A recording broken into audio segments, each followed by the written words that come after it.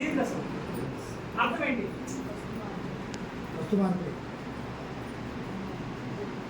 కొత్తలు మాట్లాడు. మీరందరూ సీనియర్. వ్యాపారం అంటే అర్థం ఏంటి?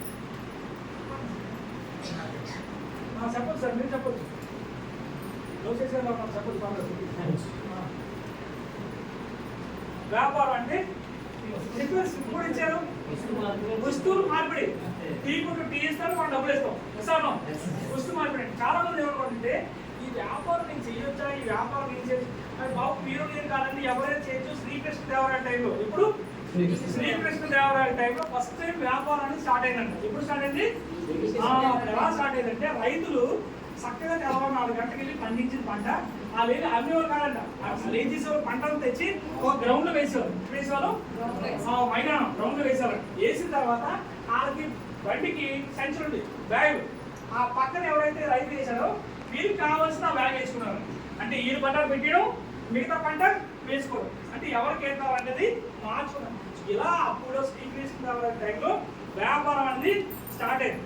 అప్పుడు ఏమైందంటే ప్రతి రైతు కూడా కోటీశ్వరుడు సంపన్నుడయ్యాడు. ఎందుకు? స్వార్థం లేదు. మరి స్వార్థం బాగా ఎప్పుడు వచ్చింది? తెల్లలు వచ్చారు కదా. ఎవరు వచ్చారు? ఎవరు నటించుకోండి. ఈ తెల్లలు కాదండి, నా తెల్లలు బ్రిటిష్. ఎవరు? బ్రిటిష్ వాళ్ళు చేంజ్ చేశారు. నాయన నువ్వు ఎస్సీ అంటే అదే కూలిపని చేసుకోవాలా, నువ్వు ఓసీ వీళ్ళు అమ్ముకోవాలా, ఆడిపై ఇంకోటి అమ్ముకోవాలా అంటే మరలా మనకి ఏం చేశారు? గ్రూప్స్ పెట్టేశారు. సో చేయడం వల్ల ఏమైంది? లాస్ట్ కి వ్యాపారం అంటే మోసం అనేది స్టార్ట్ అయిపోయింది.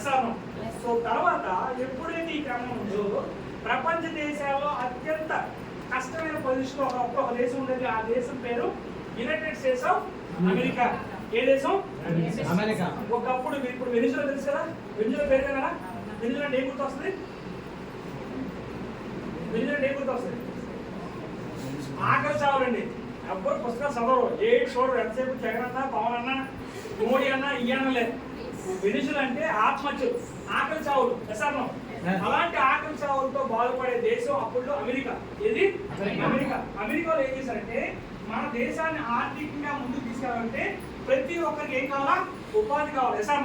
ఎప్పుడైతే అందరికి ఉపాధి వచ్చిందో అందరికీ డబ్బులు ఉంటే దేశం కూడా బాగుంటుంది. మరి ఏం చేస్తే బాగుంటుందని అప్పుడు అమెరికా ప్రవేశపెట్టింది. ఆ ప్రవేశపెట్టిన పని ఏంటంటే దాన్ని మనం పిలుస్తాం డైరెక్ట్ సెల్లింగ్. ఏమని పిలుస్తామండి? డైరెక్ట్ సెల్లింగ్ అంటే సింపుల్ థింగ్, మధ్యవర్తులు లేకుండా, దళాలు లేకుండా చేసే వ్యాపారం ఏమంటాం?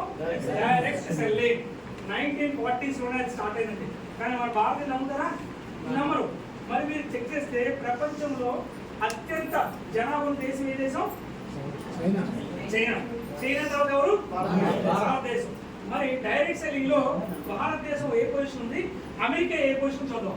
అమెరికా జనాభా ఎంత? 32 crores. ఈ పన్నెండు బాగా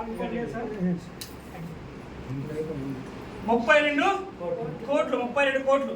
32 కోట్ల జనాభా అయితే డైరెక్ట్ సెల్లింగ్ ఇండస్ట్రీలో ఏదైతే ఇది ఉందో ఇది చేసే వ్యాపారం ఎంత తెలుసండి? 168 కోట్లు అండి. ఎన్ని కోట్లు? 168 కోట్లు చేస్తున్న వ్యాపారం. ఎవరు? అమెరికా. మన భారతదేశ జనాభా ఎంత? 150 కోట్లు. మన దాని మీద ఎప్పుడో కోవిడ్ ఉంది. Good morning. ఇప్పుడు జనాభా ఎంత? 150 కోట్లు. మన ఇప్పుడు భారతదేశం చేస్తున్న వ్యాపారం ఎంత?